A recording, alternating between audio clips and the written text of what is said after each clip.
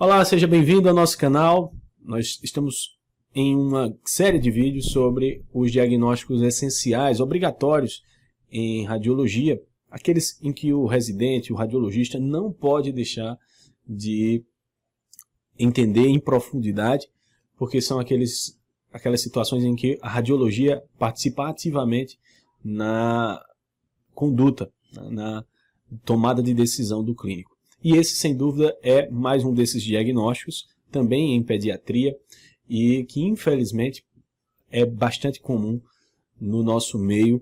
É um diagnóstico que entristece toda a equipe que está envolvida, como vocês verão, mas que a gente não pode deixar de suspeitar e de dar esse diagnóstico como radiologista. Então, aproveitem para se inscrever no canal, compartilhar esses vídeos e ativar as notificações para que vocês fiquem sabendo dos próximos diagnósticos obrigatórios.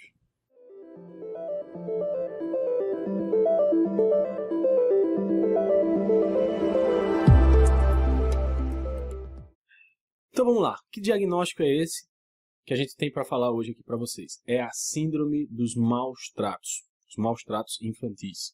Existem outras nomenclaturas que você pode encontrar, inclusive que você pode colocar no laudo, né, caso você suspeite de um abuso infantil, que seria, por exemplo, o trauma não acidental, também pode ser conhecido como trauma não acidental, ou a apresentação clínica dessas crianças geralmente vai ser uma criança ainda muito pequena e com uma história mal contada, uma história, na maioria das vezes, que não bate a história com a lesão que você observa nos exames ou com o seu exame físico. Por exemplo, uma criança que ainda não deambula, que não anda, com uma fratura no fêmur, ou com uma fratura de ossos longos, ou um paciente com múltiplas fraturas que não tenha uma doença óssea, como por exemplo a osteogênese imperfeita.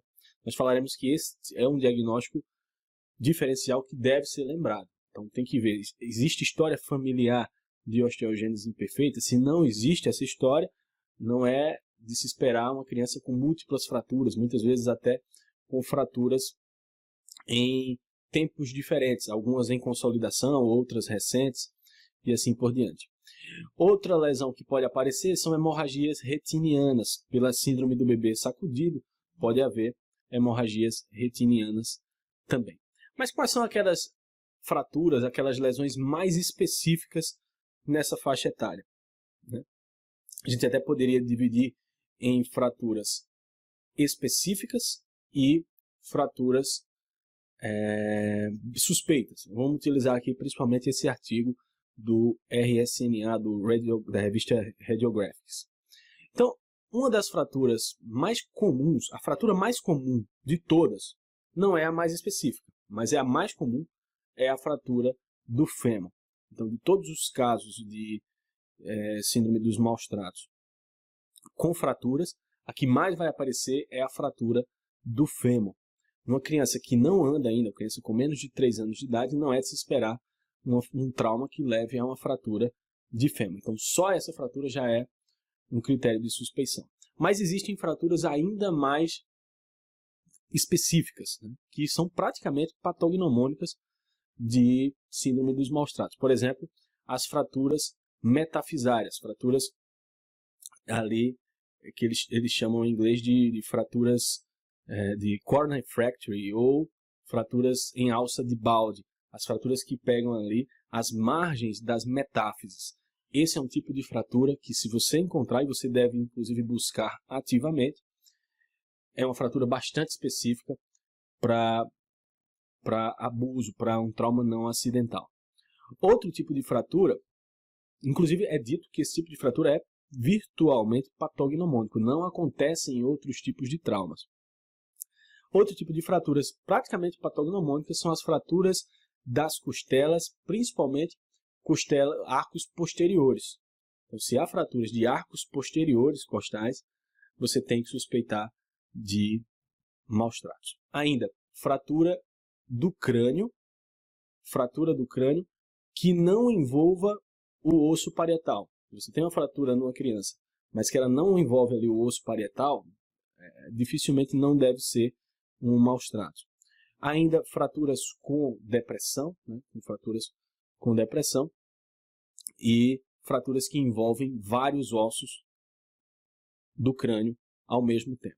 E existem outras fraturas que, apesar de não serem tão específicas, são relativamente comuns nessas situações de trauma não acidental. Por exemplo, fraturas bilaterais em ossos longos e que estão em diferentes fases de consolidação. Por exemplo, uma fratura já consolidada, outra fratura recente.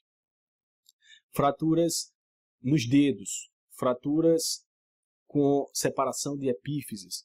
Então são fraturas que não são patognomônicas, não são tão específicas, mas também devem chamar a atenção. Já existem fraturas, outros tipos de fraturas que lembram mais um trauma acidental mesmo. Por exemplo, fratura no terço médio da clavícula. É uma fratura de queda e comum em crianças por trauma acidental. Uma fratura no osso do crânio, mas que envolva o osso parietal. Essa é mais comum de trauma acidental. E aquelas fraturas únicas em uma diáfise dos membros superiores ou inferiores que não sejam uma fratura em espiral, né? E que não seja uma fratura do fêmur. Fratura em espiral do húmero ou do fêmur, ela é mais específica, ela lembra mais um trauma não acidental, ok?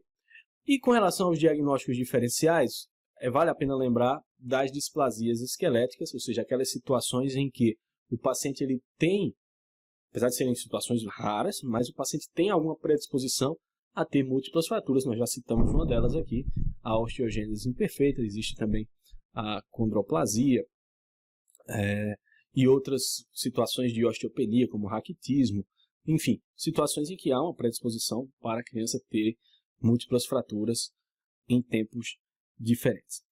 Vamos colocar aqui mais algumas figuras do artigo. Nessa figura ele explica bem o que acontece com a chamada síndrome do bebê sacudido, ou seja, uma criança só com várias lesões decorrentes desse tipo de espancamento, né, desse tipo de abuso, que seria, primeiro, as fraturas dos arcos costais, pela compressão ali do tórax, pegando principalmente os arcos posteriores, né, pelo fato de haver o movimento brusco intracrâneo do cérebro, você tem hematoma subdural e também esse movimento levando a fraturas metafisárias, fraturas nas bordas das metáfises. Então, seria aqui a chamada síndrome de Caffey, digamos assim, seria o conjunto de todas essas lesões num único paciente.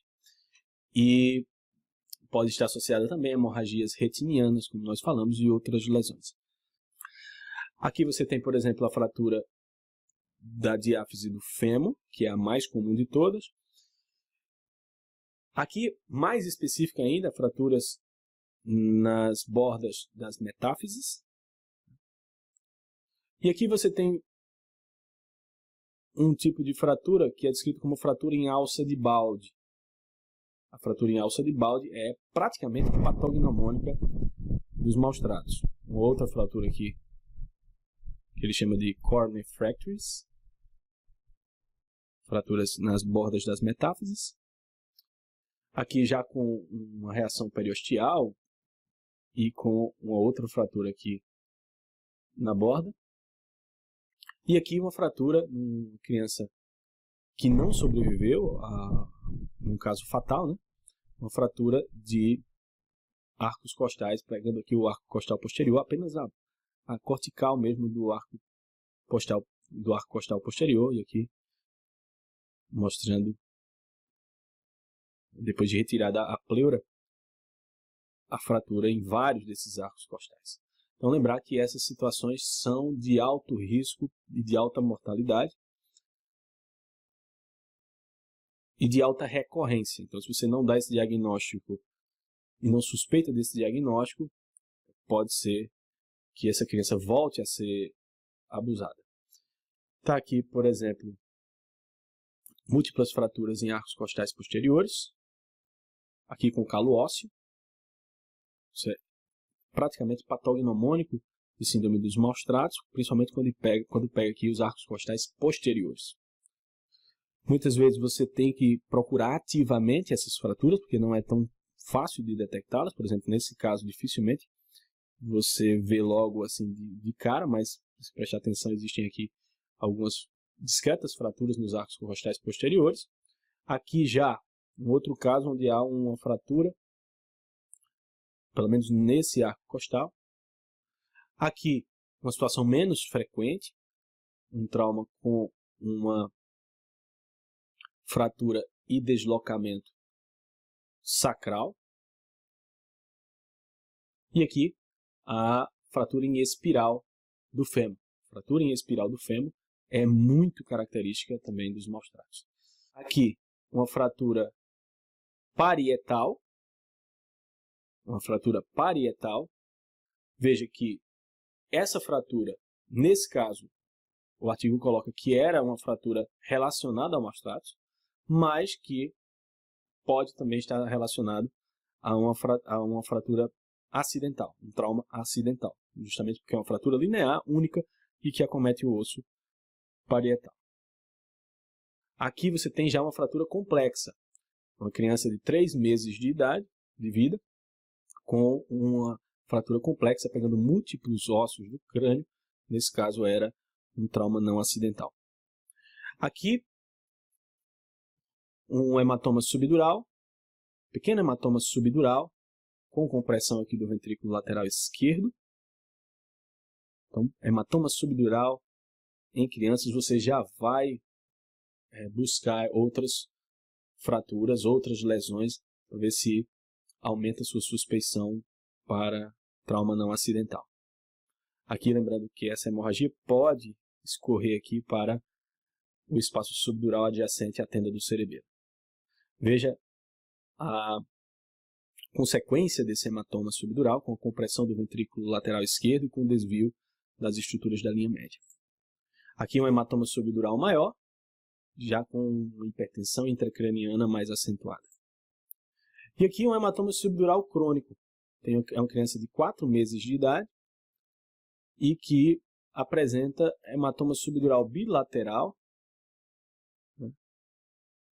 aqui na ressonância magnética, mostrando que esse sangramento estava em fases de degradação da hemoglobina distintas, ou seja, se tratava aqui de uma hemorragia provavelmente mais aguda e com uma hemorragia crônica. Então essa criança teve 2 traumas em tempos diferentes, em sangramento, provavelmente, né? E se tratando aqui de um hematoma subdural, numa criança de 4 meses, tem que pensar em maus tratos. Então, em relação a outras lesões, como por exemplo lesões abdominais, o que vai chamar a atenção muitas vezes não é nem a especificidade da lesão, como por exemplo essa laceração do pâncreas. Então, aqui você vê líquido livre na cavidade abdominal e uma fratura no corpo do pâncreas, né? Então, certamente aqui um trauma de alta energia. É específico de maus tratos? Não. Um acidente de trânsito grave, um acidente automobilístico, por exemplo, poderia levar a isso. Mas o que chama a atenção na maioria das vezes é a dissociação com a história clínica que é relatada pelo acompanhante.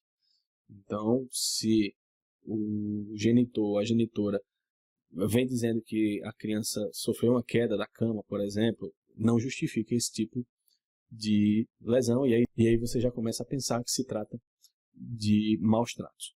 Então, esses tipos de lesões maiores em fígado, baço, né, tem que estar associada a um trauma mais acentuado, e aí a história clínica você tem que buscar também. Então, de uma forma geral, eu quero que vocês guardem principalmente as lesões típicas, as lesões que são bastante específicas dos maus tratos, como o hematoma subdural, como principalmente as fraturas metafisárias, que são um pouco mais sutis, as fraturas em espiral, as múltiplas fraturas e as fraturas de arcos costais. Essas aí são praticamente patognomônicas dos maus tratos, e os outros tipos de fraturas que também podem aparecer, os outros tipos de lesões, principalmente quando a história clínica não é muito condizente com aquele grau de lesão.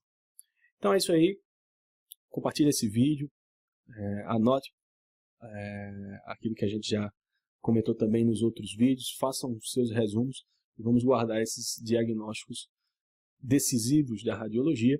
Se inscreva no nosso canal e aguarde o nosso próximo vídeo. Um abraço a todos.